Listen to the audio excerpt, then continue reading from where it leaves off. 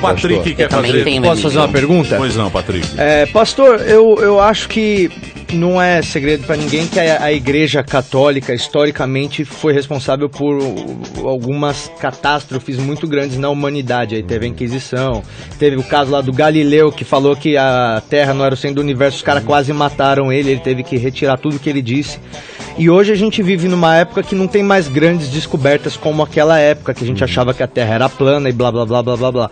Mas eu já ouvi muito absurdo também sair de boca de pessoas aficionadas religiosas, que, por exemplo, não podemos acreditar que os dinossauros existiram porque o mundo não é tão velho assim, não existe essa data, 200 milhões de anos, e isso aí é invenção para tirar a gente da fé. Eu queria...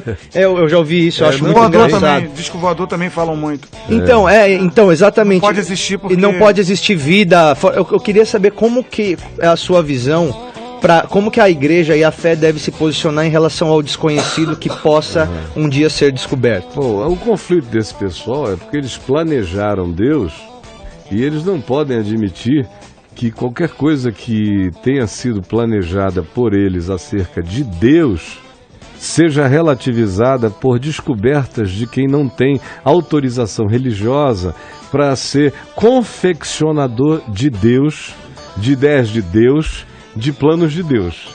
É só isso. Porque isso não tem nada a ver com Deus. Absolutamente nada a ver. Tem a ver com um esqueminha ideológico religioso ensinado para as pessoas, absolutamente obscurantista, tolo, burro em todos os sentidos.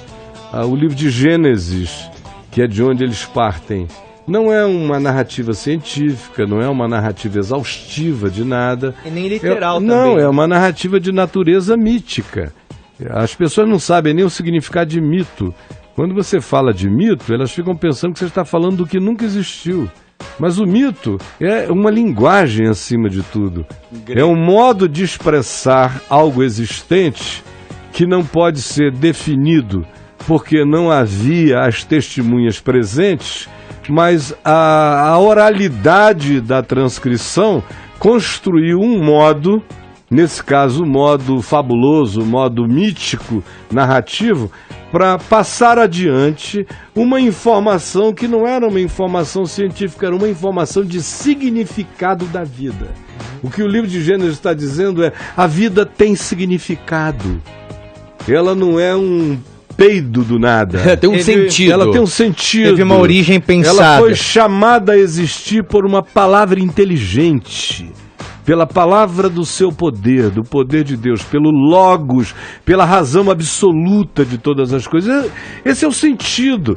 Qualquer um que queira transformar isso num manual, numa cartilhinha de como foi, cada etapa, Então, mas é um idiota. Mas é esse Deus transcendente, né? Esse Deus criador, o cara que faz todo o esquema, né? Não, Porque os gregos falavam que a terra era a terra, que as coisas estavam aqui prontas, não é? Não tinha esse criador, o transcendente. Depende da filosofia grega. A gente tinha que se adaptar a isso que estava aqui. Essa que era na mitologia. São vários deuses, cada um. Não, e não só isso. Os gregos também tinham a ideia do Deus único e tinham a ideia do Deus transcendente.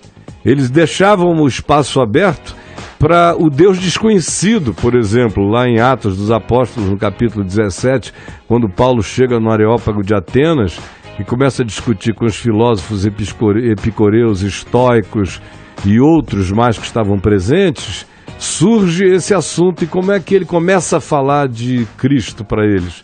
Foi dizendo: senhores atenienses, passando e vendo os múltiplos objetos do vosso culto, muitos deuses, nichos e um panteão enorme, observei também que entre vós há um altar no qual está inscrito: ao Deus desconhecido.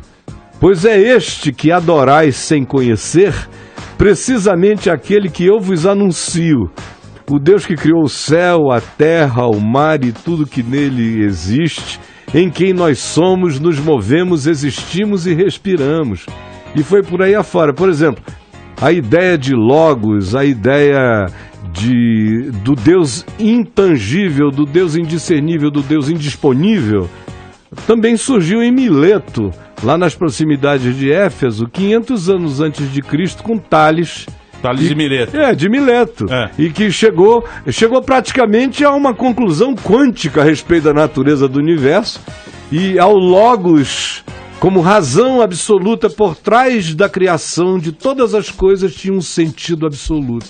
Por isso é que o apóstolo João, que morou em Éfeso, em Mileto, provavelmente com Maria, mãe de Jesus, começa o Evangelho de João, que ele já escreveu com 80 e tantos anos de idade, já idoso, dizendo, no princípio era o verbo... João é o Apocalipse, né?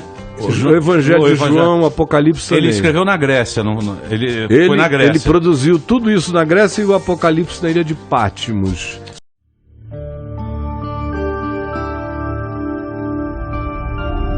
VNV-TV, o canal é você.